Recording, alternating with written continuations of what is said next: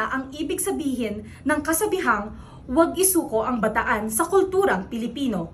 Pero alam nyo ba na nagmula ito sa matinding pagtatanggol ng mga sundalong Pilipino at ng mga Amerikano laban sa mga Hapon noong World War II? Kaya naman, we commemorate the Day of Valor o Araw ng Kagitingan tuwing April 9. This day marks the observance of the fall of Bataan. Ayon sa historian na si Teodoro Agancillo, sa kabila ng matinding lakas ng Japanese forces, dinepensahan ng mga Pilipino at natitirang Amerikanong sundalo ang Bataan for more than 90 days.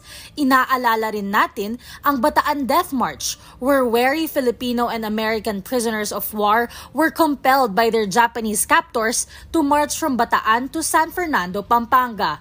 Batay sa diary ni Felipe Buencamino III, bilang mga bihag, napilitan kiisin ng mga sundalo ang 140 kilometrong Bataan Death March hanggang Camp O'Donnell sa Capas, Tarlac. Sa daan, libo-libo ang namatay dahil sa gutom, init, pagpapahirap, mga hindi nagamot na sugat at pagpatay. The march lasted for 5 to 10 days. Ang mga natirang bilanggo ay nailigtas lamang noong unang bahagi ng 1945 sa panahon ng raid sa Cabanatuan.